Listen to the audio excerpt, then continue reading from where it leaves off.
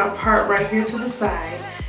I am just going to center my closure no different. I'm not going to adjust it so that it can be in the middle here because I don't want my unit to be weird. So I'm just going to make sure that I do have enough of hair over here so that I can do a side part, but I'm not going to adjust it completely all the way over here because I don't want to have to adjust my U-part wig, if that makes sense.